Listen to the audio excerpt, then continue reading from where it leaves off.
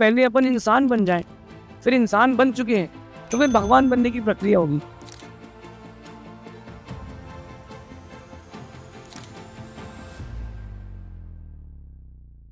मैं कोटा ऐसी गर्मी में पहली बार आया हूँ और इतनी गर्मी मुझे लग रही है। और आप मेरे साथ 15 दिन रुक जाइए, एसी कूलर फैन सब बोलिए। क्या है जैनिज्म और कैसे है? अपना भी ध्यान रखें और दूसरों का भी ध्यान रखें। तो मन से, वचन से, काय से, इन तीनों से किसी व्यक्ति को हम ठेस ना पहुंचा पाए, और इसी के लिए सभी साधु जीते हैं। मैं ना हर धर्म गुरु से मिला हूँ मोस्टली अभी, बट जो फॉलोअर्स है ना, मुझे लगता है वो अपनी सहूलियत के हिसाब से उसे फॉलो करना सीख गए आज के डेट। तो फॉलोअर्स की अगर बात करें तो फॉलोअर्स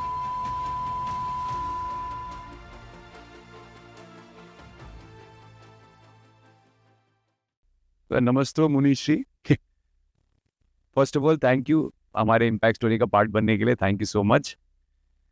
मेरा सबसे पहला सवाल जो है, मैं कोटा ऐसी गर्मी में पहली बार आया हूँ और इतनी गर्मी मुझे लग रही है, और आप तो मैंने जैसे सुना है कि एक टाइम ही भोजन करते हैं, एक टाइम ही सब कुछ चलता है, तो आपका दिनचर्या कैसे रहता है? जो भगवान महावीर स्वामी ने कहा, हम उसी फेस पे चलते हैं। सुबह 3 बजे उठना, 3 से 3:30 तक अपना प्रतिक्रमण करना। जो रात को सोते समय अगर कोई करवट बदलने में या किसी सपने में कोई पाप लग गया हो तो उसके लिए प्रतिक्रमण। फिर 3:30 से 4 तक मैं अपना स्वाध्याय करता हूँ, कुछ रिफ्रेशमेंट के लिए आगम के ग्रंथों का अध्ययन। फिर इसके बाद 4 से 5 मेडिटेशन, हमारी भाषा में सामायिक, आपकी भाषा में मेडिटेशन। फिर 5 बजे से मेरा स्तुति भक्ति, जो संघ में त्यागी वृत्ति उनकी क्लास। फिर शौच आदि के लिए बाहर जाना, दैनिक क्रिया के लिए। फिर वो अभिषेक देखना, नीति क्लास, प्रवचन, आहारचर्या, यूँ करते करते शाम कब हो जाती पता नहीं। फिर भी रही बात ये गर्मी की और ठंडी की, तो शरीर का ढालना बहुत आवश्यक है। जैसे मैं आप एक सी छोटी बात करता हूँ, किसी की नई नई सगाई हुई और फ़ोन लेकर के वो जाता है बात करने के लिए छत पर, तो पत्नी जो होने वाली उसकी वाइफ है, फियांसी है, उसकी आवाज़ सुनाई देती है। अगर वो रोड पर चल रहा है, यहाँ वहाँ जा रहा है, आ रहा है, बाजू से कौन सी गाड़ी निकल गई उसको दिखता नहीं। बिल्कुल। तो ये इसलिए नहीं दिखता उसको क्योंकि उसका कहीं और मन है। तो मेरा मन गर्मी में है ही नहीं, तो मैं अपने आप को वैसे ढाल चुका हूँ। बॉडी जैसा आप ढालोगे वैसे चलेगी। आप मेरे साथ 15 दिन रुक जाइए, एसी कूलर फैन सब बोलिए। मैंने देखा, मतलब मेरे को पहले से एक होते ना इमेजिनेशन आदमी की, यार गुरुजी जब आएंगे तब आपका ऐसा होगा, टफ होगा, इंसान बड़े अलग होंगे, पर आप तो हमेशा स्माइल करते रहते, इतनी गर्मी में स्माइल कर रहे थे। ये कैसे होता है, मतलब कैसे आता है अंदर से कि हमेशा स्माइल बनी रहे? कठिन है थोड़ा सा, लेकिन ये समझ लीजिए कि आप दुनिया के दर्द को सुनना, अपने दर्द को छुपाना और मुस्कुराना, यही साधु का जीवन। मतलब मैंने जितना मेरे को पता होगा, आपने अच्छा खासा एक बढ़िया लेविश लाइफ को छोड़ के इसे चुना। और वो माइंडसेट कैसे आता है, मतलब कैसे प्रिपेयर होता है इंसान की माइंडसेट आ जाए? इसको मैं कहता हूँ कि नियति कुछ ऐसी होती है कि जहाँ अपन को जानो वहाँ ले जाती है। मैंने अपनी लाइफ में बहुत सारे प्रोग्राम्स बनाए, ये करना है वो करना है, लेकिन मैंने देखा कि नियति कहीं और ले जाती है। नियति यानी हमारी भवितव्यता। जो आप अगर आपकी भाषा में कहे तो भगवान की मर्जी, मेरी भाषा में कहे तो नियति। मैंने बहुत कुछ सोचा था कि BMW भी लूँगा और एक पहली कार मारुति 100 लूँगा, ताकि चलाते समय भिड़ेगी, ठुकेगी। फिर BMW लूँगा डायरेक्ट, लेकिन किस्मत को ये पसंद था कि BMW वाले मेरे साथ चले। हाँ, ये माइंडसेट आपका ये मेरा माइंडसेट था, और किस्मत को ये पता था कि BMW में नहीं बैठेगा, BMW वाले इसके साथ चले। तो मेरे माइंडसेट था कि मुझे बहुत कुछ आगे करना है। लेकिन मैंने जब गुरुजी को देखा और समझा तो एक बात समझ में आई कि अपन अपना दुरुपयोग कर रहे हैं, तो अपन को अपना उपयोग करना चाहिए। हमारे पास मन है, उसको अपन कितना अच्छा ले जा सकते हैं। हमारे पास शरीर है, चेतना है, उसको हम कहाँ कहाँ प्लस पॉजिटिव में यूटिलाइज कर सकते हैं। तो फिर मैंने सोचा कि ये मार्ग अच्छा है। 22.5 साल की उम्र में मैं जब सब कुछ छोड़ करके यहाँ से ABCD से चालू करने आया, तो लगभग आज 13 साल हो गए हैं, मतलब मुनि बने, और वहाँ छोड़े हुए 16 साल। मेहनत तो बहुत लगी, लेकिन किस्मत कहती है कि जितनी मेहनत है उतनी बड़ी उपलब्धियाँ भी होंगी। एक मैंने देखा है, जब भी मैं खुद भी बड़ी रिसर्च कर रहा था जैनिज्म के ऊपर, एक होता है जो आपको इंटरनेट पे इन्फॉर्मेशन मिलती है, और एक होता है जो रियल ग्राउंड पे आप पता करते हैं। मैं चाहता हूँ आप मुझे बताएं कि कैसे, क्या है जैनिज्म और कैसे है, बिकॉज मुझे लगता है कि इंटरनेट पे नॉलेज तो कोई भी प्रोड्यूस कर सकता है, तो जो आप बताइए उसे मैं डायरेक्शन मानूंगा। देखिए, जो इंटरनेट है उस पर मैं उतना ही विश्वास करता हूँ जितना कि कबूतर। कब उड़ जाएगा पता नहीं। बिल्कुल। इंटरनेट में एक्चुअली होता क्या है कि मेरी मान्यता ये है कि भगवान महावीर स्वामी ने विवाह नहीं किया। बिल्कुल और श्वेतांबर आमना की मान्यता है कि भगवान महावीर स्वामी ने विवाह किया। विवाह किया था, बिल्कुल। तो मैं 20 वीडियो पर डाल दूंगा, वो 25 डाल देंगे, तो जिसके ज़्यादा लाइक्स होंगे वो दिख जाएगा। इंटरनेट की नॉलेज को मैं परफेक्ट नहीं मानता। अब मैं आपसे एक बात करता हूँ कि जैनिज्म जो है वो लाइफ का प्रैक्टिकल है, प्राकृत है, नैसर्गिक है, नेचर है। व्यक्ति जिंदा जब पैदा हुआ था तो बिना कपड़े के हुआ था, बिल्कुल और जब जाता है तो बिना कपड़े के जाता है। बिल्कुल। मतलब LHS is equals to RH। RHS, बिल्कुल।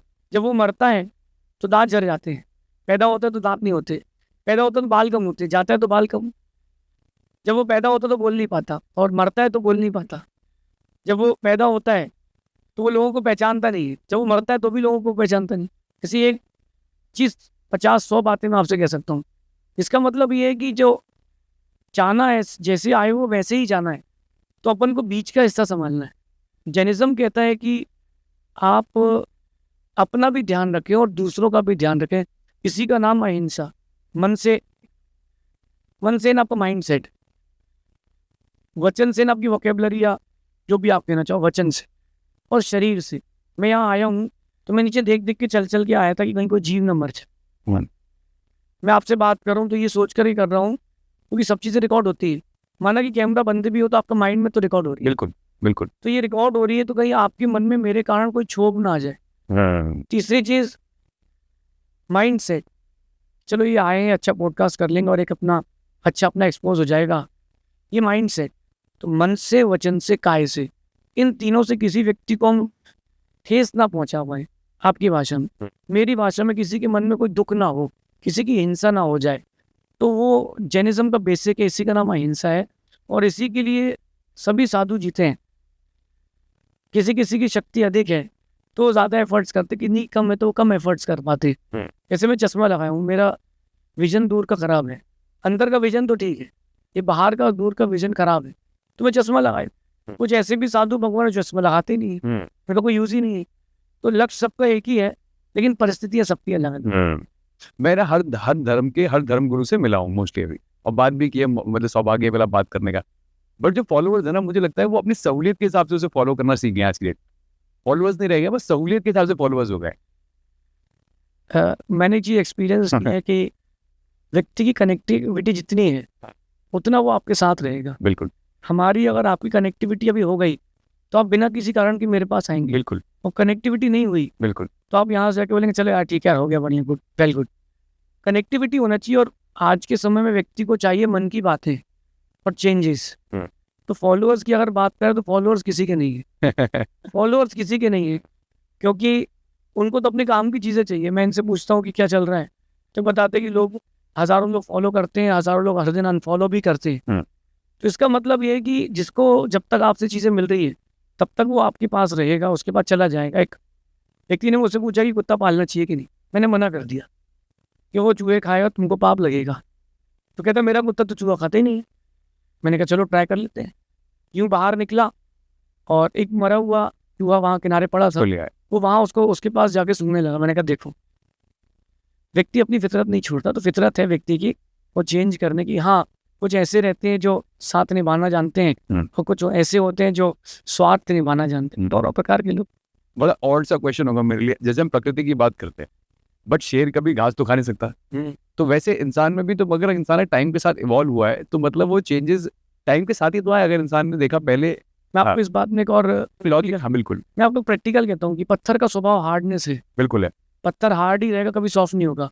तो पत्थर अपना स्वभाव नहीं बदलता, अपना आकार बदलता है तो मूर्त बन जाता है। तो पत्थर की हार्डनेस जरूरी है भगवान की मूर्त बनने के लिए। मोम की मूर्त नहीं बन सकती, पत्थर की मूर्त बनेगी। तो हार्डनेस जरूरी है मूर्ति के लिए। तो बस यही बात मेरा कहना है कि व्यक्ति अपना स्वभाव ना बदले। स्वभाव कोई बदलता भी नहीं, कभी भी कुछ भी हो जाए, लेकिन स्वभाव ना बदले। वो अपना अंदर से एक, आपकी भाषा में कहूँ तो अपना स्वरूप बदल ले तो हो सकता है। मेरे अंदर भी कभी कभी क्रोध की भावना आ जाती है। मैं भी इंसान, मनुष्य, माया, मान, कसाई सब चलते हैं, लेकिन मेरा जो टेम्परेचर रहता है वो 0.00000 समथिंग % रहता है, और वो आगे चला जाता है, किसी को पता नहीं चलता। लेकिन जो सामान्य दुनिया है उसका इतना तेज टेम्परेचर रहता है कि वो दिख जाए। तो यही मेरा मानना है कि अपन व्यक्ति कोई अपना स्वभाव नहीं बदलता। शेर कभी घास नहीं खा सकता, लेकिन अपन चाहे तो कर सकते। युक्ति और नीति। एक मंत्री की टोली थी और उसके राजा ने कहा कि कुत्ते की पूंछ सीधे करके लाओ। सीधी करके लाओ। तो कैसे करे, तो एक बैठ गया कुत्ते को बैठा करके बोले, उसने आरती करी कि तेरी पूंछ सीधी हो जाए, सीधी हो जाए। 1 हफ्ते तक आरती करी, पूंछ सीधी नहीं हुई। एक ने प्लास्टर बांध दिया तो भी सीधी नहीं हुई। तीसरे ने देवी जी के पास जाके झाड़ा उतरवाया तो भी नहीं हुआ। लेकिन चौथे वाले की कुत्ते की पूंछ सीधी थी। तो मंत्री को पूछा राजा ने, कैसे? बोले, मैंने इसको 7 दिन से कुछ खिलाया ही नहीं है, पूंछ चिल्लाने की ताकत ही नहीं बची। तो अगर अपन चाहें तो हर काम कर सकते, बस अपने पास उसकी काम करने की युक्ति होनी चाहिए। नेचर नहीं बदल सकते, लेकिन अपन चाहें तो उसी नेचर में क्या यूज कर सकते हैं, ये बड़ी। अच्छा, मुझे एक मैंने एक कहानी सुनी थी, मुझे नहीं पता वो कितनी सच है सही है। वो एक किस जैनिज्म को समझाने के लिए उन्होंने हाथी और अंधों की कहानी का एक वो लिया था। वो कहानी में चाहता हूं उससे आप एक्सप्लेन करें। देखिए, ये जो कहानी, ये अनेकांत और स्यादवाद, बिल्कुल बिल्कुल और अभी भारतीय शिक्षा बोर्ड परिषद के जो यशस्वी अध्यक्ष हैं, XIAS, बिल्कुल मेरे पास कोटा आए थे। तो मैंने उनसे कहा कि अगर आप इसको छोड़ देंगे तो कुछ नहीं बचेगा। उन्होंने भारतीय शिक्षा बोर्ड पद्धति में इसको लिया है, बिल्कुल। क्योंकि विदाउट अनेकांत और स्यादवाद कुछ भी। इसलिए मेरा सवाल भी था। आपकी भाषा में कहते हैं परमेंटेशन कॉम्बिनेशन। Combination correct. अब आप समझना, जिसने जैसा जाना उसने वैसा चीजों को बताया है, इंटरप्रेटेड किया है। तो एक व्यक्ति जो इंटरप्रेटेड कर रहा है, जो अपनी बातों को रख रहा है, जरूरी नहीं कि वो सही हो, एक अपेक्षा से सही है। मैं आपके सामने बैठा हूँ, तो अभी आप ये मान रहे हो कि मैं किसी एक शख्सियत के पास आया हूँ। मैं आपको मान रहा हूँ कोई बड़ा व्यक्ति मेरे सामने आया है, ये बैठे सोच रहे हैं कि ये मुनि महाराज है। गली में बाहर निकलता हूँ, सोचता है नंगा जा रहा है। बिल्कुल तो अपना अपना दृष्टिकोण है। बिल्कुल। आपकी भाषा में क्या नजरिया, एटीट्यूड। तो जो एक हाथी था, उसको 7 अंधों ने देखा, छुआ। तो एक ने देखा कि हाथी तो लंबा लंबा पाइप जैसे, उसे सूंड पकड़ ली थी। एक ने पैर पकड़ लिया कि हाथी तो पिलर जैसा है। एक ने पीठ पे चढ़ के तो हाथी चबूतरा जैसा। एक ने पूंछ पकड़ ली, एक ने कान पकड़ ली, एक ने आँख देख ली।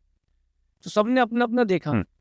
फिर एक जो आँख वाला मिला, उसने पूछा कि भाई आप बताइए कि क्या सीन है, हाथी कैसा है? तो उसने बोला कि हाथी तो सूपे जैसा है, तो क्योंकि उसने कान पकड़ा था। एक ने कहा नहीं, हाथी पाइप जैसा है, क्योंकि उसने सूंड पकड़ी थी। झूठ कोई नहीं कह रहा, सबने एक ही अंश को देखा है। अगर उन सबको जोड़ लेंगे तो हाथी का स्वरूप मिलेगा। इसी को कहते हैं जैनिज्म में नए और प्रमाण। नए प्रमाण, बिल्कुल। अगर अपन सभी को मिलाकर के देखते हैं चीजों को, तो प्रमाण यानी ज्ञान है। और अगर अपन एक एक चीज हिस्से को देखते हो तो नए होता है। आप किसी के भाई हैं? नहीं नहीं है, बिल्कुल है, बिल्कुल है, बिल्कुल नहीं। किसी के बेटे हैं? बिल्कुल है। और किसी के पति? नहीं, अभी तो नहीं होंगे। किसी के मित्र? बिल्कुल कोई आपका शत्रु भी होगा, बिल्कुल होगा। है ना? और आप किसी के कस्टमर भी होंगे, कोई आपका कस्टमर भी होगा। चीज, मेरा कहने का मतलब है कि आप एक होकर के भी अनेक हैं। इसी का मतलब होता है अनेकांत। अंत का मतलब होता है धर्म। हर चीज के अनेक धर्मों को देखना, ये अनेकांत है। और उसको देखने के लिए शादवा देने अपेक्षा। तो आपकी माँ बोलेगी कि मेरा बेटा है, अगर आप बोलोगे कि मैं बेटा ही हूँ, फिर आप किसी के मित्र नहीं बन पाएंगे।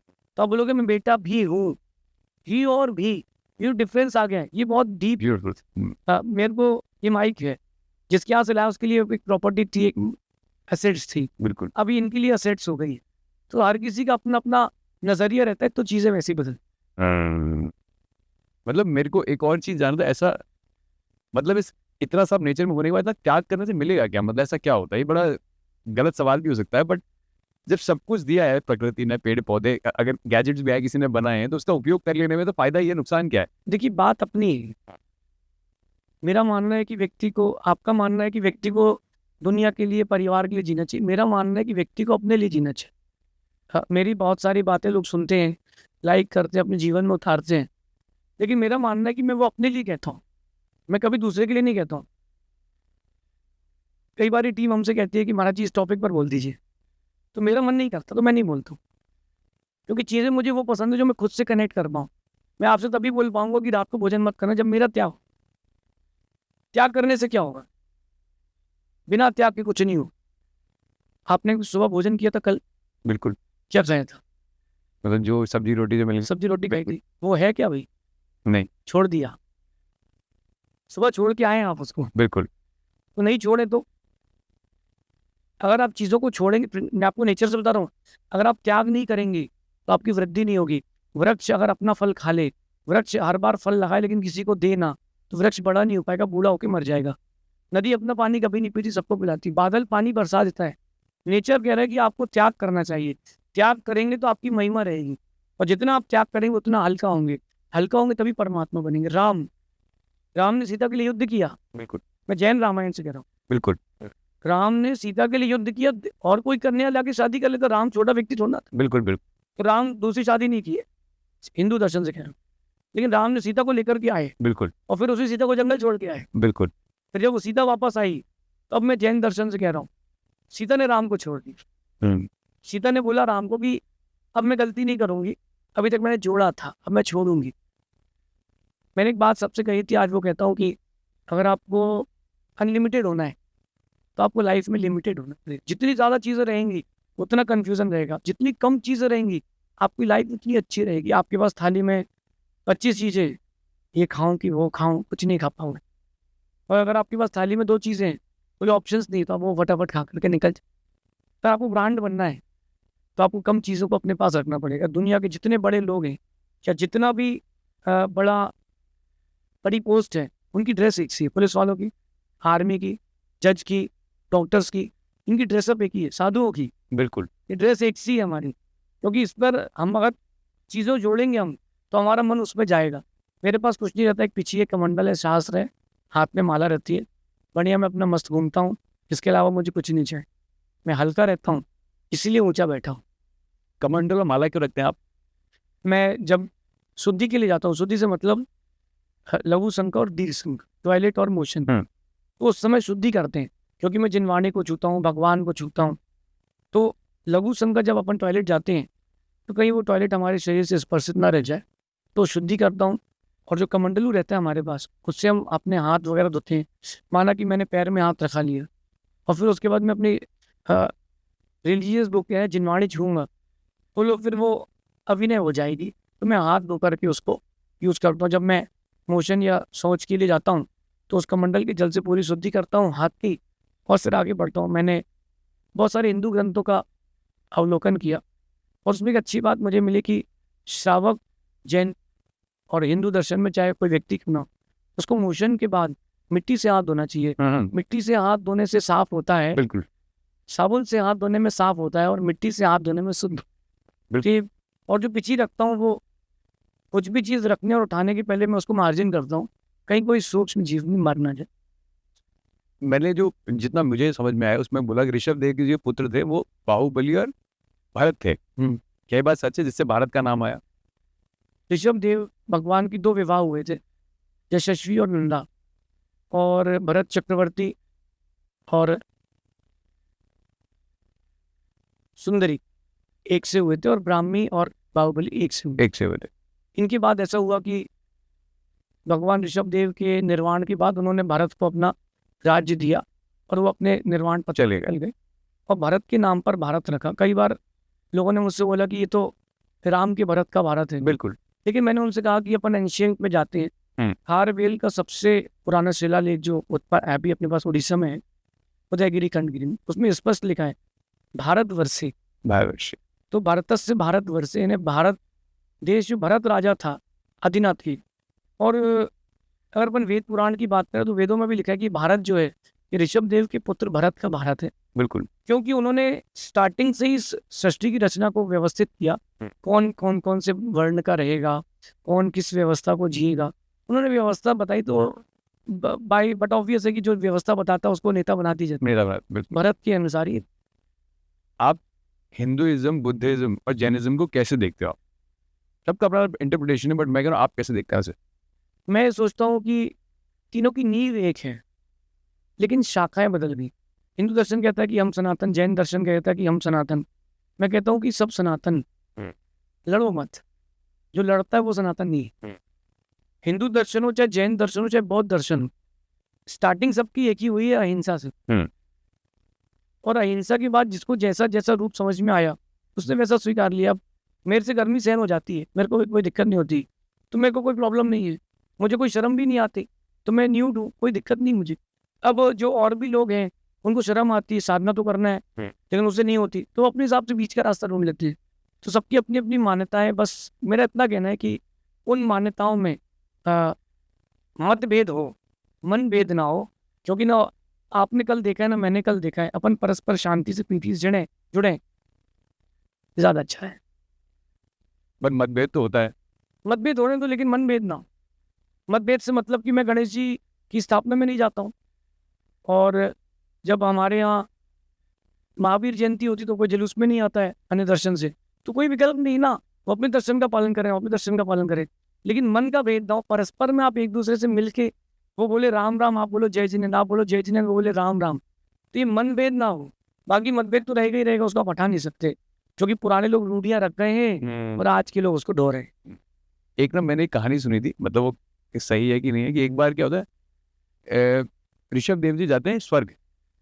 स्वर्ग में ना इंद्रदेव अप्सराओं के सामने, अप्सराएं नाच रही होती है उनके सामने, तो नीलांजना करके एक अप्सरा होती है, वो वहां पे मर जाती है। तो बट वो कोई देख ना पाए तो उसे वापस जीवित करते हैं, उनके जैसी बना देते हैं।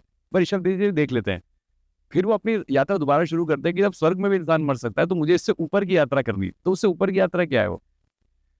देखिए ऐसा है कि बहुत सारी चीज़ों को अपन को प्रैक्टिकल, लोग तो स्वर्ग की बात करते हैं ना, मतलब आज की ये जो कथा आपने कहानी बोली इसको मैंने कभी सुना नहीं, मैंने सुनी तभी मैंने आपसे पूछ भी लिया। इसको मैं थोड़ा सा बैकवर्ड ले लेता हूँ। ठीक है। ये जो कथा है स्वर्ग की नहीं, मनुष्य लोक की। अच्छा। जैन दर्शन के अलावा और भी दर्शन है जो चीज़ों को बताते हैं। मैं आपको जैन दर्शन से बताता हूँ कि देव, नरक और मनुष्य और तिरंज 4 गतियाँ हैं। इन 4 गतियों में जीव घूमता है। अब कोई स्वर्ग में भी गया है तो वो कोई अमर नहीं हो गया, वो भी नीचे आएगा ही आएगा, क्योंकि वो स्वर्ग में गया है। जो चीज़ें मिलती है वो जाती है, पर जो चीज़ें होती है वो जाती नहीं। तो ऋषभ देव स्वर्ग में नहीं थे, वो मध्यलोक में ही थे, और नीलांजना का नृत्य हुआ और उन्होंने अपने सूक्ष्म अवधि ज्ञान से देख लिया कि ये तो दूसरी नीलांजना आ गई, क्योंकि उसकी आयु पूरी हो गई। फिर उन्होंने विरक्ति ली और सब कुछ छोड़ करके नई यात्रा प्रारंभ करी, वो थी निर्वाण की यात्रा। तो उन्होंने सब छोड़ करके निर्वाण की यात्रा प्रारंभ करी।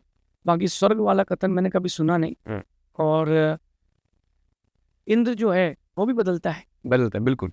जो एक बार पैदा हुआ है वो जाएगा। मैं आपसे एक बात कहता हूँ कि एक बहुत सुंदर गाथा हमने पढ़ी थी, गाथा सूत्र, जम किंची पढ़नो तस्य विनाशो अवधि नियमेन। ये माइक था नहीं, बनाया गया है, तो इसका मतलब ही खराब होगा। पेंसिल आपके हाथ में वो बनी हुई नहीं होगी थी, वो थी तो वो जाएगी। जो चीज ऑलरेडी थी, एग्जिस्टेंस थी, वो कभी नहीं जाएगी। एनर्जी अपन बोलते ना कि energy can not be destroy, it can change from one form to another. Right. बस वही चीज है कि आप आत्मा का विनाश नहीं कर सकते। आप कहीं से आए हो तो कहीं जाओगे। आपकी दाढ़ी पूरी है, मेरी दाढ़ी पूरी है, ऐसे बहुत सारे बच्चे जिनकी दाढ़ी नहीं है, तो वो सोचते कि यार दाढ़ी अच्छी आ जाए, तो ये उनको मिला क्यों? क्योंकि वो पीछे से कुछ बैलेंस लेकर गया है। तो ऋषभ देव ने अपना बैलेंस खत्म किया और सीधा उन्होंने। हिंदुइज्म कहता है कि ये सृष्टि कहीं बनाई गई है और बनती रहेगी, दोबारा बनेगी। पर जैनिज्म कहता है धरती हमेशा से थी और हमेशा रहेगी।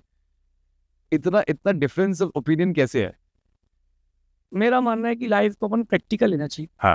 अगर अपन अभी डिबेट करते हैं इस बात पे, तो आप मेरे को अपना हिंदुइज्म का ग्रंथ खोल दोगे, मैं जैनिज्म को खोल, बिल्कुल। तो आप बोलोगे कि वाल्मीकि जी ने ऐसा कहा, मैं बोलूंगा कुंद स्वामी ने कहा है, तो डिबेट हो जाएगी। अपन इसको लेते प्रैक्टिकल। अगर किसी ने सृष्टि बनाई थी तो कहाँ खड़े होकर बनाई थी? कोई तो स्थान होगा। बिल्कुल। और जब सृष्टि बनाई थी उसने कहीं खड़े होकर के, तो कुछ ना कुछ तो उनके पास बेस होगा, किस पर खड़े करेंगे? तो हिंदू दर्शन से पूछते तो वो कहते हैं कछुए के ऊपर। बिल्कुल। तो कछुआ कहाँ है? बोले शेषनाग के ऊपर। शेषनाग कहाँ है? बोले दूसरे शेषनाग के ऊपर। बिल्कुल। तो वो कहीं ना कहीं अल्टीमेटली वो बात कहीं ना कहीं फंसेगी। तो मेरा कहना है कि अपन प्रैक्टिकली चीज़ों को लें। अगर मैं आपको घुमा फिरा के कोई बात कहता हूँ और वो गलत बात हो जाए, झूठ हो जाए, फिर आप कहीं जाए, कोई बुक पढ़े या कोई आपको बताए, तो आपको लगेगा यार वो वाले महाराज जी ने तो गलत बोल दिया फिर। तो लाइफ को प्रैक्टिकली अपन समझें। अगर ब्रह्मा जी ने सृष्टि की रचना की थी तो ब्रह्मा जी ने कहाँ खड़े होकर की थी? और जब उन्होंने बनाई थी, वो परमात्मा आप उनको मानते हो, तो कम से कम उनको नरक तो नहीं बनाई थी, उनको सिर्फ स्वर्ग बना देना था। और दुखी लोगों को क्यों बनाया उन्होंने? और अगर अपन कहते कि वो दुखी लोग अपने कर्म का फल भोगते हैं, फिर ब्रह्मा जी ने क्या किया? फिर ब्रह्मा जी को किसने बनाया? कहीं ना कहीं से कोई ना कोई तो स्टार्टिंग हुई होगी, स्टार्टिंग पॉइंट। तो स्टार्टिंग पॉइंट तो है ही नहीं, तो इसलिए सृष्टि किसी ने बनाई नहीं। अगर कोई बनाता तो फिर व्यवस्थित बनाता, अव्यवस्थित नहीं बनाता। पंचम काल नहीं बनाता है, दुख वाला कलियुग नहीं बनाता। तो युग क्यों आते हैं फिर? क्योंकि कहीं ना कहीं अल्टीमेटली ये चीज़ है। मैंने रामायण की 2 पंक्तियाँ पढ़ी, फिर मुझे समझ में आया कि लिखने वाले ने थोड़ी सी जल्दबाजी कर दी थी। कैसी जल्दबाजी? होए वही जो राम रच राखा, जो राम ने रचा है वही होगा। और अगली पंक्ति कह रही थी जो जैसा करेगी तो 10 फल चापा, जो जैसा करेगा वैसा भुगतेगा। रावण ने सीता का हरण किया, तो फिर उसमें राम ने उनको मार दिया, तो फिर मतलब क्या हुआ? ब्रह्मा जी को रावण ही नहीं बनाना था। जब सृष्टि की रचना की तो सृष्टि की रचना किसी ने नहीं करी, पर प्रैक्टिकल में अगर आते हैं तो कोई कर नहीं सकता। अगर करेगा भी तो कहाँ खड़े होकर करेगा, कैसे बनाया उन्होंने, क्या माइंड सेट किया था कि अगर कोई व्यक्ति बुरा काम करेगा तो नरक जाएगा, तो नरक बनाते ही नहीं तो बुरा काम करते ही नहीं, या बुरा काम उससे कराते ही नहीं तो नरक जाते ही नहीं। सब अच्छा अच्छा होता, ठीक है और रहेगी, सब में कर्मों का फल भोगते हैं, यही कर्म। तो जैनिज्म कैसे देखता है कि वो थी, हमेशा से थी? जैनिज्म ये बोलता है कि 3 लोग का एक नक्शा होता है, जैसे एक पुरुष ऐसे दोनों हाथ करके सीधा खड़ा हुआ है, इस आकार से वो 3 लोग को मानते हैं जैनिज्म में। और वो ये मानते हैं कि इसके चारों तरफ वात वलय है। वात वलय का मतलब होता है कि वायु बह रही है, और वो बहुत मोटी वायु बह रही है, उस वायु पर ही 3 लोग का स्थान टिका हुआ है। फिर कई लोगों ने मुझसे पूछा कि हवा में इतनी ताकत होती है क्या? मैंने कहा हवा में इतनी ताकत होती है, कुछ भी कर सकती है। जो मेरी बात आप सुन रहे हो ये हवा के दम पर है। बिल्कुल। और जो बड़े बड़े ट्रक चलते हैं 200 300 चक्के वाले, वो भी वायु के दम पर चलते हैं। आप जीवित हो तो वायु के दम पर। अगर यहाँ हवा चलना बंद हो जाए, कि कितनी सी भी हवा ना चले, तो आप और हम रह ही नहीं पाएंगे। बिल्कुल। तो वायु के दम पर 3 लोग टिका हुआ है, किसी ने बनाया नहीं, कोई मिटा सकता नहीं है। अगर कोई मिटाएगा तो फिर बनाएगा कौन? अगर कोई बनाएगा तो फिर मिटाएगा कौन? फिर बहुत सारी कंट्रोवर्सी आएगी। एक मेरे को 2 पता है कि 2 डिवीजन है, एक श्वेतांबर है, एक पीतांबर है। हमें तो इतना पता है, बट उनका ट्रू डेफिनेशन कैसे देते हैं? क्या आइडियोलॉजी डिफरेंसेस है कि नहीं है, कैसे है? एक होता है श्वेतांबर, एक होता है दिगंबर। बिल्कुल। लेकिन मेरा ये मानना है कि सब अपनी अपनी बातें करेंगे, मैं अपना पक्ष रखूंगा, वो अपना पक्ष बिल्कुल। रखेंगे। अगर अपन प्रैक्टिकल में आते हैं तो जैसे भगवान थे वैसे हम रहेंगे, तो ये बात जमेगी। तो दिगंबर आमना कहती है कि जो नग्नता है वही मोक्ष मार्ग का सच्चा स्वरूप है, क्योंकि इसमें विकल्प नहीं। कपड़े में पहनूंगा तो यहाँ गंदगी तो नहीं है, धूल तो नहीं है। बिल्कुल। फिर कपड़े पहनूंगा तो मुझे धोने का विकल्प है, धोने के लिए पानी चाहिए, पानी चाहने के लिए कुआं चाहिए, फिर साबुन भी चाहिए धोने के लिए, फिर किसी साबुन मंगाना पड़ेगी, बहुत सारी फिर वो प्रॉब्लम्स हो जाएंगी। तो जैन दर्शन कहता है कि जो नग्नता है वो, ये जो नग्न वेश है यही सच्चा धर्म है। इसके लिए जैन धर्म में एक बहुत सुंदर कथा आती है उज्जैनी की तरफ से, बहुत लंबी कथा है, बहुत शॉर्ट में कहता हूँ कि उस समय अकाल का समय आया तो बहुत सारे मुनगा दक्षिण की ओर गए और कुछ रह गए। बिल्कुल। जो रह गए उनमें विकृति आई, विकृति आने के बाद उनको वापस लाया गया, तो उन्होंने एक्सेप्ट भी कर लिया, चलो ठीक है यार गलती हो गई, स्वीकार लेते हैं। लेकिन कुछ लोग जो हटी रहते हैं वो अड़ गए, नहीं ऐसा नहीं हो सकता, ऐसा नहीं हो सकता। अब वो इजी लग रहा था वो रास्ता में, तो वो चीज़ बढ़ती गई और अब वो इतनी बड़ी हो चुकी है कि कुछ नहीं कर सकते। भगवान महावीर स्वामी के 2500वें निर्वाण उत्सव में दिल्ली में बहुत बड़ा कार्यक्रम हुआ था। तो आचार्य तुलसी और दिगंबरों की तरफ से आचार्य धर्म सागर जी थे। तो एक ही बात पर मीटिंग खत्म हो गई कि क्या आप पट्टी लगा सकते हो कि मैं पट्टी उतार सकता हूँ। तो ना आप वस्त्र उतार सकते हो ना मैं वस्त्र पहन सकता हूँ, तो दोनों में से कोई भी किसी की बात मानने तैयार नहीं, तो कोई बात नहीं, आप जो जी रहा है जैसा वैसे जिए, बस इतना रहे कि मतभेद चलते रहे।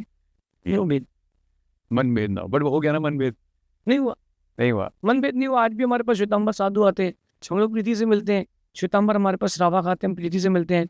यहाँ कोटा में दानबाड़ी है, मैं जब वहाँ गया था तो मैंने रोचन दिए, उन्होंने कहा कि इस बार चातुर्मास का सौभाग्य श्वेतांबर समाज को मिले। तो ऐसा कोई मनभेद नहीं है। थोड़ी बहुत जो चीज़ें रहती हो तो सुधार नहीं सकते। अगर नेता अच्छा हो तो प्रजा अच्छी हो सकती है, अगर नेता बढ़िया मिल जाए तो दोनों को एक कर सकता है। मैं कह रहा हूँ मन मिले ना मत मिले ना मिले, लेकिन इतना तो हो जाएगा कि एक दूसरे को देख करके चेहरा नहीं मोड़ेंगे, मिल करके आपस में प्रतिवादन संवादन कर सकते हैं। आपका शाम को दरबार लगता है, मेरे को पता है काफ़ी लोग आते हैं, अपनी समस्याएं लेके आते हैं। तो इतनी समस्याएं सुनने के बाद आप उनको कैसे, क्या थॉट प्रोसेस सोचते हैं कि मैं इसका आंसर दूंगा तो इनको सटीक बैठना चाहिए? मैं सोचते ही नहीं हूँ।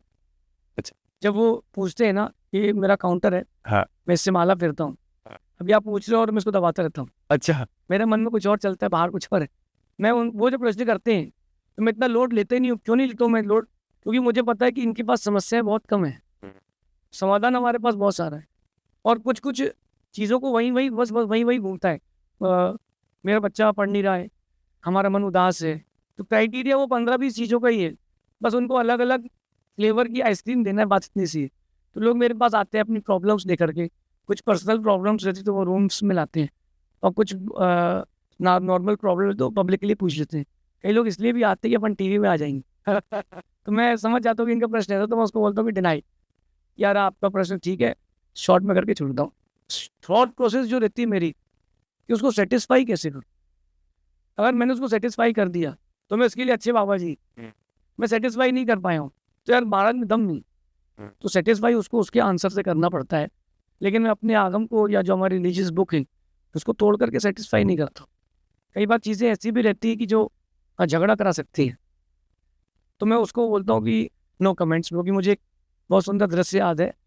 बहुत बड़े प्रधानमंत्री रहे भारत, पूछा कि आप किसी के कहने पर चलते हैं, तो धीरे से प्रधानमंत्री जी ने कहा कि sorry, no comments any other theory. इतना बड़ा व्यक्ति जो चाहे तो रिपोर्टर के साथ कुछ भी कर सकता है, बिल्कुल। उसने उस चीज़ को वहीं के वहीं छोड़ दिया। बड़े व्यक्ति जो होते हैं वो चीज़ों को लाइटली लेके चलते हैं। ये जवाब बड़ा सरल था, बड़ा सही बात बोली आपने। बड़ा व्यक्ति जो होता है वो चीज़ों को ज़्यादा ओवरलोड नहीं करता। जैसे कोई चीज़ बिगड़ भी जाए तो उसको वहीं छोड़ के आगे चलो, क्योंकि ज़िंदगी छोटी सी है। उस छोटी सी ज़िंदगी में अपन ज़्यादा बड़े झमेले क्यों करें। माना कि अपनी सब चीज़ें हो गई और आपको ये पॉडकास्ट समझ में नहीं आया और आपने डाला ही नहीं, तो नहीं डाला कोई बात नहीं। हमारी 1 to 1 टॉक हो गई, आज यहाँ मिले, कल कभी और कहीं और मिलेंगे, बिल्कुल। तो संबंध तो बन गया कम से कम। जैसे मैं एक बात बोल भी रहा था, भले आप स्टेक को अलग तरीके से ले सकते हैं, कि जितनी मैं किताबें पढ़ता हूँ, जितने ग्रंथों से लोगों को समझने की कोशिश करता हूँ, बिकॉज मैं बड़ा न्यूट्रल आदमी हूँ हर चीज़ को, हर टेक को लेने की। पर अब जितने भी ग्रंथ पढ़ते उतना आप कन्फ्यूजन में और बढ़ते चले जाते। मेरा कहना है कि फिर आप बेसिक से चालू करें। जैसे आप अपना प्रौढ़ हो चुके, अपन इतने समझदार हो गए कि सही क्या है गलत क्या चीज़ समझ में आती है। मैं आपसे एक छोटा सा एक बेसिक नॉलेज देता हूँ। एक ग्रंथ है धर्म परीक्षा, जैन ग्रंथ है, और अभी उस पर काम चल रहा है। मैं आपको दूंगा, अभी PDF अवेलेबल कर दूंगा, आप उसको पढ़ना। उसमें बेसिक चीज़ें लिखी है कि हम जिसको भगवान मान रहे हैं उसमें वो चीज़ होना चाहिए, आप जिसको गुरु मान रहे हो उसमें वो चीज़ होना चाहिए। अगर आपके पास गले में एक सोने की चेन है और आप उस चेन को 1 लाख रुपए का लाए हो, तो वो सोने की होनी चाहिए। और अगर वो पीतल या किसी आर्टिफिशियल ज्वेलरी की है तो 200-300-400 रुपये से ऊपर की नहीं होना चाहिए। 400 रुपये की चीज़ के हम 3 लाख रुपये नहीं देंगे, हम 400 रुपये की चीज़ के 1 लाख रुपये नहीं देंगे, हम 1 लाख की 1 लाख देंगे। तो दुनिया में सबसे कीमती चीज़ अगर कोई है तो वो आपके अंदर की श्रद्धा है। हम उसको ऐसे किसी को फ्री फोकट में नहीं दे देंगे कि उन्होंने बोला कि ये परमात्मा ठीक ठीक ठीक, ये गुरु जी तो ठीक ठीक ठीक। नहीं, आप पहले उसको टेस्ट कीजिए। क्योंकि मैं बोलूँगा कि ये मेरे जैन दर्शन का ग्रंथ ये है, मुस्लिम बोलेगा कि हमारा कुरान है, हिंदू बोलेगा कि मेरा ये गीता है, और अन्य दर्शन के बोले हमारी बाइबल है, हमारा गुरु ग्रंथ साहिब है। आप सबको छोड़ करके, हमको भी छोड़ करके एक मॉरल स्टेज पर आए कि हमें कुछ नहीं आता, परिभाषा से काम करेंगे कि परमात्मा क्या होता है। परमात्मा वो होता है जिसके अंदर राग द्वेष नहीं हो। हम राम को हम मानते हैं, लेकिन हम धनुष वाले बाण वाले राम को नहीं मानते। वो जो वीतराग अवस्था में शांत सब कुछ छोड़ चुके हैं, विरक्त हो चुके हैं, हम उस राम को मानते हैं। मैं बोलता हूँ जय श्री राम, जय श्री हनुमान, और उसमें मुझे कोई दोष नहीं, क्योंकि मेरी दृष्टि में राम वो हैं जो वास्तविकता में सब कुछ छोड़ चुके थे। जिसके अंदर राग और द्वेष, आपकी माँ को आपके प्रति राग है ना, और कभी कभी वो आप पर गुस्सा भी कर देती है, तो उसके अंदर कहीं ना कहीं राग द्वेष है। और वही राग द्वेष अगर हमको परमात्मा के अंदर मिलेगा तो फिर माता पिता ज़्यादा अच्छे हो गए, उनको जानते हैं, इनको हम जानते नहीं। तो बेसिक से स्टडीज़ करें आप, बेसिक स्टडीज़ न्यूट्रल होकर के कि मैं सत्य की खोज में हूँ, तो मैं धर्म की पहले परीक्षा करूँगा, फिर मैं धर्म को स्वीकार करूँगा। तो आप अगर आप आज कर सकते हैं, आप कपड़े पहनते तो ट्रायल करते कि फिटिंग कैसी आ रही, सर इसकी स्टिच हो जाएगी, उसने कहा हो जाएगी, तो आप करके दिखाइए फिटिंग कैसी आएगी मेरे पर, क्लिप लगाएगा वो अंदर, सर कैसी लग रही फिटिंग, हाँ अच्छी लग रही, तो आप उसको ट्रायल करेंगे। धर्म को एक बार आप न्यूट्रल से पढ़ें तो आपको समझ में कि यार वास्तविकता में सत्य क्या है। जो परमात्मा है उसके अंदर वो गुण हो, सोना है उसमें वो गुण हो। हर पीली दिखने वाली चीज़ को मैं सोना नहीं मान, हर चमकती उसी चीज़ को मैं हीरा नहीं मान। आप हैप्पीनेस को कैसे देखते हो वैसे? मैं हैप्पीनेस को ही देख, आजकल लोग बहुत हैप्पीनेस की खोज में निकले ना, सब कहते हैं मैं हैप्पीनेस ढूंढ रहा हूँ यार, मेरे लाइफ में हैप्पीनेस नहीं है, पैसा तो है। लोग क्या हो गया आजकल एक ट्रेंड चलेगा कि मेरे को मोटिवेट होना है। बिल्कुल। हर किसी को लगता है मैं बहुत मेरे को मोटिवेट होना है, ये कुछ भी नहीं है, सब फालतू की चीज़ है। आदमी बहुत मोटिवेटेड है, सांस ले रहा है वो मोटिवेटेड है। तो मैं ये सोचता हूँ कि हैप्पीनेस क्या है, कि हैप्पीनेस आपके मन की चीज़, आपको जो अच्छा लग रहा है, काम अच्छा हो और आपको अच्छा लगे तो वो हैप्पीनेस है। और काम अच्छा नहीं है आप उसको करो तो वो हैप्पीनेस नहीं है। मैंने बोल दिया जो आपको अच्छा लगे वो करें, हैप्पीनेस है। तो अभी यहाँ से उठ के बाहर जाएगा, सिगरेट पी के आएगा, बोलेगा अच्छा लग रहा है, तो वो हैप्पीनेस नहीं। हैप्पीनेस ये है कि जो चीज़ सही हो, और सही होने के साथ साथ वो आपके लिए खुशी दे। बहुत सारे लोगों को मैंने देखा वो सुबह सुबह गाय को रोटी देते हैं। कई लोगों को मैंने देखा कि वो जब मैं सुबह जंगल जाता हूँ तो वो अपने बैग में चींटी के लिए शक्कर और वो बेसन लेकर के जाते हो, डालते हुए जाते हैं बिलों के अंदर, तो उनको उसमें बहुत खुशी मिलती है, तो बहुत अच्छी बात है। हैप्पीनेस यही चीज़ है कि अपन अपने आप को सेटिस्फाइड कर पाएँ, तो हैप्पीनेस है। मैं आपके साथ 1 घंटा बैठूँ, उसके बाद मुझे लगा अरे कहाँ से यार 1 घंटा बर्बाद, तो मेरी हैप्पीनेस चलेगी। मुझे बहुत अच्छा लग रहा है आपसे बात करने में, क्यों? ये रिकॉर्डिंग हो रही है इसलिए नहीं, बहुत सारे कॉन्सेप्ट आपके आज क्लियर होंगे और मेरा आपका एक कनेक्शन बनेगा।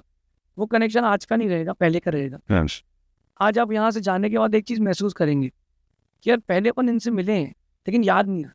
आप जाएँगे तब देखना। आप वैसे मैंने देखा आप परमात्मा को नहीं मानते, पर आत्मा में मानते हैं। मैं परमात्मा को उतना ही मानता हूँ जितना मैं अपनी आत्मा को मानता हूँ, क्योंकि मुझे पता है कि परमात्मा तो बन चुके हैं, वो फिनिश्ड गुड है, वो बन चुके परमात्मा, मैं बनने वाला परमात्मा हूँ। कल मुझसे सभा में किसी ने पूछा था कि आत्मा परमात्मा एक होता है कि अनेक होते हैं, तो मैंने कहा ना परमात्मा एक होते ना अनेक होते हैं, परमात्मा हर एक में हो। हम भगवान की भक्ति कर रहे हैं, भगवान हे भगवान आपकी जय हो जाए, और उसके बाद में मैं भक्त बना रहा हूँ, तो वो भगवान नहीं है फिर। भगवान वो है जो आपको नीचे से उठा के बहुत ऊंचा ले जाकर। तो हर किसी में भगवान बनने की शक्ति है, आपके अंदर भी है, बस प्रकट नहीं कर पा रहे। जैसे कि एक पत्थर का टुकड़ा, उसमें मूर्ति बन सकती है परमात्मा की, लेकिन कोई बना नहीं रहा। आपके अंदर भी परमात्मा बनने की शक्ति है, बस आप उसको प्रैक्टिकल नहीं ला रहे हो, आप उस चीज को फिनिश करके नहीं ला रहे हो। करोगे तो ला सकते हो, घी में दूध है, दिखता क्या? लेकिन होता है। एक मूंगफली में तेल है, दिखता है क्या? नहीं दिखता, लेकिन है। लेकिन प्रोसेस करने पे दिखता है, तो प्रोसेस लंबी है।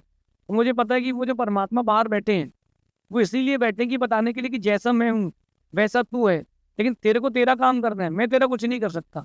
ये मंदिर में बैठे भगवान अगर करते होते तो कोई दुखी नहीं होता, फिर क्यों आए इनके पास, क्यों मैं मंदिर बनवाता हूँ? भगवान के पास आने से, बात करने से हम उनसे कनेक्ट होते हैं और वो हमसे कनेक्ट होते हैं, फिर धीरे धीरे हम अपने आप से कनेक्ट होते हैं, और जो अपने से कनेक्शन होता है तो काम बनता है। कि बहुत सारे हमारे चेले चपाटी रहते हैं, तो वो तो गुरुदेव आप आशीर्वाद दे दो, वो जमीन ले रहा हूँ, गुरुदेव आप आशीर्वाद दे दो कि वो काम हो जाए। मैं सबको एक से ही आशीर्वाद देता हूँ, तो आप क्या बताओ, सबका ही काम होता होगा क्या? सबका काम होता होगा कि नहीं होता? वो पीछे बैठे, वो भी सोच रहा है मेरी वो प्रॉपर्टी बिक जाए तो मैं ये काम कर लूंगा। तो बहुत सारे लोगों के काम रुके भी, वो काम क्यों रुके? क्योंकि अभी अंदर से उसकी कनेक्टिविटी नहीं हुई। जिस दिन वो अंदर से कनेक्ट हो जाएगा अपने आप से, वो कर लेगा।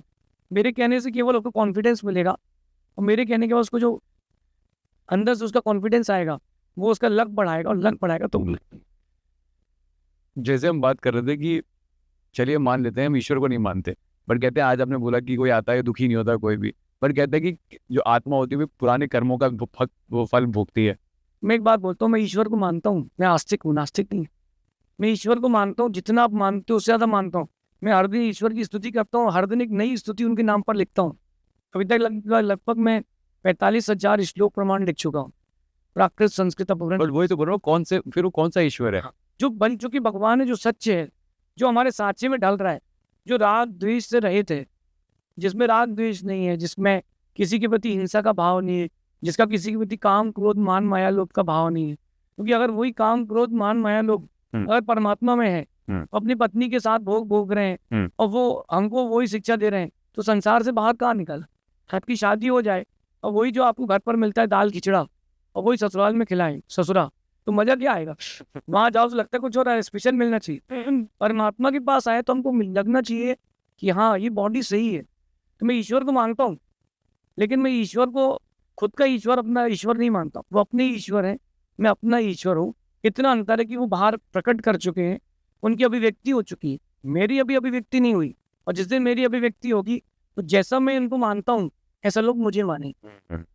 मैं चाहता हूँ एक थोड़ी सी हिस्ट्री पे भी डालें थोड़ी नजर। जैसे महावीर स्वामी जब थे और तब तक ऋषभ देव जब तक स्वामी जी आए, वो क्या हिस्ट्री है प्रॉपर? क्योंकि मैं बस लोगों को पता है, 2 नाम, शुरुआत पता है और अंत पता है, पर बीच में क्या क्या है वो जानना जरूरी है। जैन दर्शन कहता है कि अवसर्पणी और उत्सर्पणी ऐसे काल का डिवीजन चलता रहता है, जैसे रेस चलती है, ये डिवीजन चलते रहते हैं।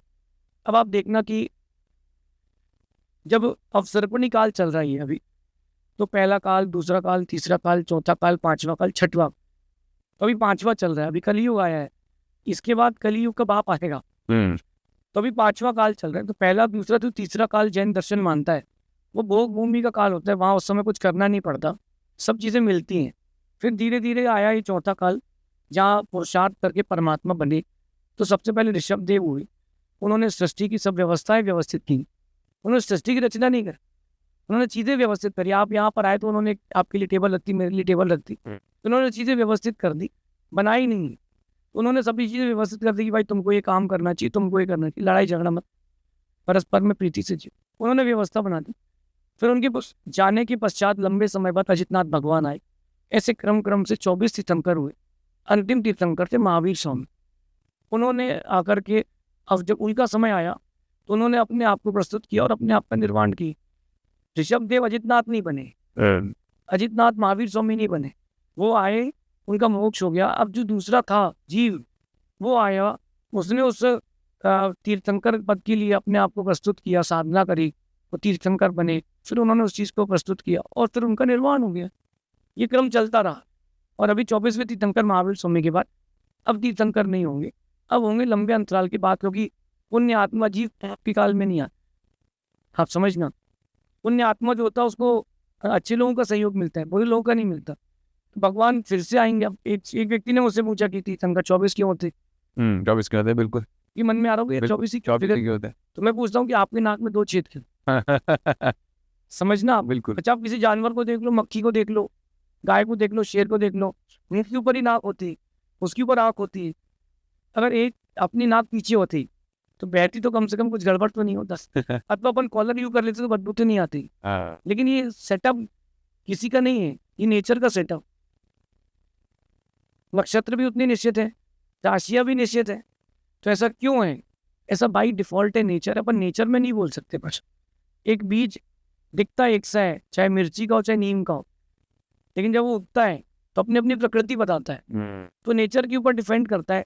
वही पानी, वही खाद, वही हवा दोनों बीजों को दी गई, एक कड़वा हो गया, एक चरपरा हो गया, आम को दिए भी तो मीठा हो गया। ये उसका नेचर है। तो 24 तीर्थंकर होते हैं, नेचर यूनिवर्सल नंबर है। मेरा भी 24 यूनिवर्सल नंबर। वैसे आप सोशल मीडिया में तो आ गए, तो सोशल मीडिया में नेगेटिविटी ना ऐसा हो नहीं सकता?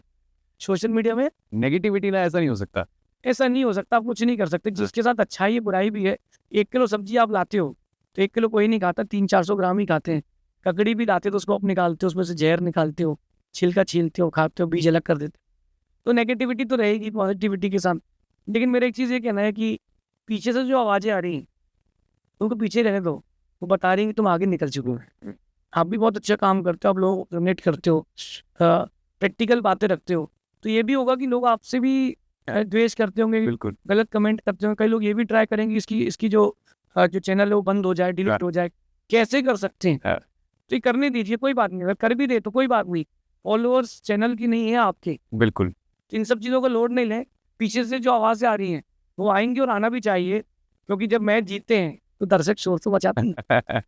बिल्कुल सही बात बोली आपने। मगर मुझे फिर भी ना अभी भी ये सोचता हूँ कि जो नेगेटिविटी है ना, उसको मतलब ऐसा, वही आपने बोला, मैं तो देखिए मैं उस लेवल पे नहीं गया, मैं तो इंसान ही हूँ, बट उस नेगेटिविटी को आप कैसे टैकल कर सकते हैं? मैं तो वो इंजॉय ना करता हूँ। चीज़ें मेरे पास आती हैं तो जो लेकर के आता है मेरे पास, जैसे कोई लेकर के आया कि यार वो व्यक्ति आपके लिए ऐसा बोल रहा है, तो मैं सोचता हूँ अच्छा जैसे मैं तो बड़ा इफेक्ट हो जाता। आप इफेक्टेड होते। मैं आपको बता रहा हूँ मैं क्या करता हूँ। अच्छा उसने ऐसा बोला क्या, चलो ठीक है आप देखते हैं। फिर मैं उसको उसी को समझाता हूँ, ठीक है उसको कह लेने दो, क्या जाता है, सबका अपना अपना मुख है, सबके अपने अपने शब्द हैं। एक दिन वो आएगा मेरे पास तो मैं उसको बोलता हूँ कि एक मंत्र जप लेना, ओम इग्नोराय नमः। और फिर उसके बाद इग्नोर करने के बाद वो चीज़ें बची है, ओम डिलीटाय नमः, झाड़ू। फिर पहुंचा। एक बहुत बड़े दार्शनिक से एक बात पूछी गई थी कि लोग आपके लिए कहते हैं कि आप व्यभिचारी हैं, तुमको स्त्रियां पसंद है। बहुत बड़े दार्शनिक से पूछा गया, छोटा मोटा नहीं था, उसके पास 100 से ऊपर रोल्स रॉयस थे। अच्छा। जब उससे पूछा गया तो उसने क्या जवाब दी, मुझे जवाब बहुत अच्छा लगा। उसने कहा कि नो कमेंट्स। बोले ऐसे कैसे नो कमेंट्स? इसका मतलब वो सही कह रहा है। अगर आप जवाब नहीं देते हो इसका मतलब वो सही कह रहा है। तो उसने जो बात करी वो दिल में रह गई। वो कहता है कि जो मेरा चाहने वाला होगा वो मेरे बारे में कभी ऐसा कहेगा नहीं, तो उसको समझाने की जरूरत नहीं है। और जो मुझे चाहने वाला नहीं, जो मुझसे द्वेष रखता है, मैं कितनी समझाऊं वो समझेगा नहीं, तो मैं क्यों समझाऊं? अल्टीमेटली मैं बोलूँ दोनों से क्यों, मैं अपना काम करूं। जब मेरे से कोई बात करता है तो मैं उसको अपने पास डायरी खोलता हूँ दिल से, वो प्रश्न उसका नोट करेगा। वो कहता है कि आपके पास ज़्यादा दिमाग नहीं है, तुम झूठ बोलते हो। तो मैं रख लेता हूँ कि मैं झूठ बोलता हूँ, क्या नहीं करता हूँ, डिलीट, डायरी अंदर। मैं उसको प्रूव नहीं करूंगा, मैं खुद को इम्प्रूव करूंगा। एक दिन आके वो बोला कि यार आई एम सॉरी, आप सही थे। अपनी बिल्डिंग इतनी ऊंची बढ़ा लो, इतनी ऊंची बढ़ा लो किसी का पत्थर तुम्हारी बिल्डिंग। आपके मतलब जैसे कहते हैं कि अहिंसा परमो धर्म बोलते हैं ना, मगर कहाँ ये लागू होता है आज की दुनिया में? बिल्कुल होता है। मेरा कहना कहाँ इतने सरल लोग हैं आज की रात, तो गाड़ी से गाड़ी लग जाए तो आदमी बिल्कुल उतर जाता है बिल्कुल इस तरीके से। मेरा ही मानना है कि चीज़ें सबके लिए अवेलेबल है, लेकिन मिलती उसी को है जिसका पुण्य होता है। चीज़ें आपके लिए भी अवेलेबल है, चीज़ें मेरे लिए भी अवेलेबल है। अभी आप यहाँ से जाके पानी पियोगे और कार में एसी में बैठोगे, रूम में जाओगे। मैं यहाँ से जाकर के अपने कक्ष में बैठूंगा और अपनी बुक्स पढ़ूंगा और लोगों को पढ़ाऊंगा। तो चीज़ें दोनों के लिए अवेलेबल है। ऐसा नहीं कि मेरे लिए भी एसी नहीं है, लेकिन मैं लूंगा नहीं। तो अहिंसा परमो धर्म सबके लिए अवेलेबल है, लेकिन स्वीकार वही कर पाएगा जिसकी वास्तविकता में वृद्धि होने वाली होगी। हर कोई एक्सेप्ट नहीं कर पाएगा। ये सूत्र उन लोगों के लिए जो ले पाए। आजकल बाजार में 20 रुपए किलो भी टमाटर है और 500 रुपए किलो भी टमाटर है। यहाँ से हम 5 किलोमीटर दूर जाएंगे तो ऑर्गेनिक खेती होती है और ज़मीन पे कुछ नहीं होता, मिट्टी में नहीं होता, ज़मीन से 5 फीट 2 फीट ऊंचा लकड़ी के बुरादे पर सब कुछ हो रहा है। सब कुछ हो रहा है, सब कुछ हो रहा है। लेकिन वो जो काकड़ी या फिर टमाटर होता है वो 500 रुपये किलो है, यहाँ बाजार में 20 रुपये किलो है। क्वालिटी में डिफरेंस है। 500 रुपये वाले के लिए भी लोग आएंगे। अहिंसा परमो धर्म जो सूत्र है वो वास्तविकता में जीवन के जीव के व्यक्तित्व के निर्माण के लिए आप करें, उसका प्रैक्टिकल करें, आपको लगेगा कि यार वास्तविकता में मैं बहुत गुड फील कर रहा हूँ। तो लोगों के लिए है, लेकिन लोग बहुत कम एक्सेप्ट करते हैं। एक्सेप्ट कब करते हैं? जब खुद से गलती हो जाए, बोले अहिंसा परमो धर्म। और जब दूसरे से गलती हो जाए तो क्या बोलते हैं उसके बाद की लाइन कि हिंसा करना भी धर्म। आप वैसे क्या क्या खाते हैं और क्या क्या नहीं खाते हैं? दिनचर्या में क्या क्या खा लेते हैं? क्या तो एक ही बार आहार लेता हूँ। आप दूध दही कुछ नहीं? नहीं, ऐसा नहीं है। हाँ। 6 रस होते हैं: दूध, दही, घी, तेल, मीठा और नमक। तो इसमें से मैं 3 नहीं लेता हूँ। मैं तेल नहीं लेता हूँ, मैं दही नहीं खाता हूँ, मैं मीठा नहीं खाता हूँ। फिर भी मेरी बॉडी सही। मैं गेहूँ नहीं खाता हूँ। हाँ, दिन भर में मैं 5-7 सब्जियाँ फल इससे मिलाकर इससे ज़्यादा नहीं खाता हूँ। प्राय करके मुझे बहुत लिमिटेड चीज़ और लिमिटेड लोग पसंद है, और जो अच्छा लगता है मैं उसमें अच्छा बुरा सोचता ही नहीं। तो लिमिटेड चीज़ें रहती तो मेरे को अच्छा लगता है। जैसे लौकी की सब्जी है, केले की सब्जी है, परवल है, जो जैसे 3-4-5 सब्जियाँ हैं, टमाटर की सब्जी। रोटी में ज्वार, मक्का, बाजरा खिल लेता हूँ। मीठे में कभी कोई रबड़ी वगैरह, दूध वगैरह, पेड़े ले लिए। और वो भी लिमिटेड है, 2 रोटी, थोड़ा सा चावल और 1 गिलास दूध। पानी ज़्यादा लेता हूँ, इसलिए लेता हूँ ताकि वो चीज़ मेरे बॉडी के लिए इफेक्टेड रहे। और जब मुझे लगता है कि यार आज का काम चल जाएगा, तो बस मैं फिर वहीं पानी पी लेता हूँ और चीज़ों को वहीं छोड़ देता हूँ। क्योंकि ज़रूरी नहीं है चीज़ों को ज़्यादा रखना अपने। लिमिटेड चीज़ें मुझे पसंद है शुरू से ही, और लोग भी लिमिटेड ही पसंद है। जो अच्छा लग जाता है वो लग जाता है, और जो नहीं लगता तो उसके लिए आई एम सॉरी। आपको कोई वीगन आदमी मिलेगा, वो बोलेगा कि यार गाय का दूध निकालते उसको बहुत दर्द होता है, आप क्यों पीते हो? अब मेरे को मिले, बहुत वीगन मिले मुझे, बहुत लोग मिले। तो मैं उनसे कहता हूँ कि भाई तुम घबराओ नहीं, आप अपनी चीज़ों को महापुरुषों से प्रारंभ करो। गाय का दूध मत लो, गाय का घी मत लो।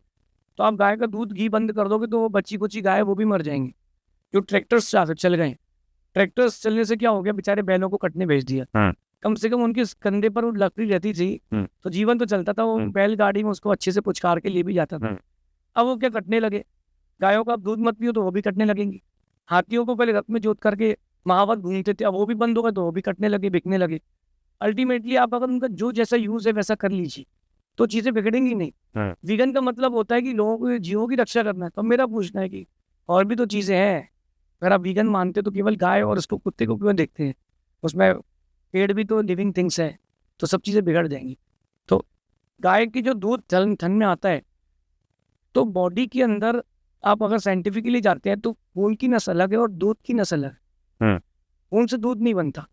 आयुर्वेद कहता है रसो रक्त तत्व मांसम। पहले रस बनता है भोजन से, फिर रक्त बनता है, उससे मांस बनता है। इस पूरी प्रक्रिया में 7 धातु में दूध नहीं है। जो बॉडी में सप्त धातु इसमें दूध नहीं है। दूध की प्रोसेस अलग है, वो ममता से आती है। जिस माँ के अंदर अपने बच्चे के प्रति ममता नहीं हो, अथवा उसका बच्चा पुण्य क्षीण हो, उस माँ का दूध सूख जाता है। तो माँ के आंचल में दूध आया, मैंने भी माँ का दूध पिया, आपने भी पिया होगा। तो वो माँ के आंचल में दूध कहाँ से आया है? वो ममता से आया है, लेकिन वो हमेशा नहीं आता, एक समय तक आता है। तो दूध की प्रक्रिया डिफरेंस है। नहीं पीने ना पिए, कोई आपसे मना नहीं कर रहा, लेकिन कोई पी रहा तो आप मना नहीं कर सकते। महापुरुषों ने जो प्रक्रिया दी है वो आप कर सकते हैं। कृष्ण ने दूध पिया है, मक्खन खाया है, बिल्कुल। राम ने दूध भात खाया है, महावीर स्वामी ने खीर ली है, इसमें कोई बाधा नहीं है। हम बड़े पुरुष जो लोग कर रहे हैं चीज़ सही है तो बन तो वो वही तो आगे घूम फिर के सारी बात कि सही और गलत तो हम कौन होते हैं देखने वाले, है ना? सही और गलत कैसे देख सकते हैं? बस किसी के लिए वो सही है, किसी के लिए गलत है। नहीं, अपनी अपनी मान्यताएं।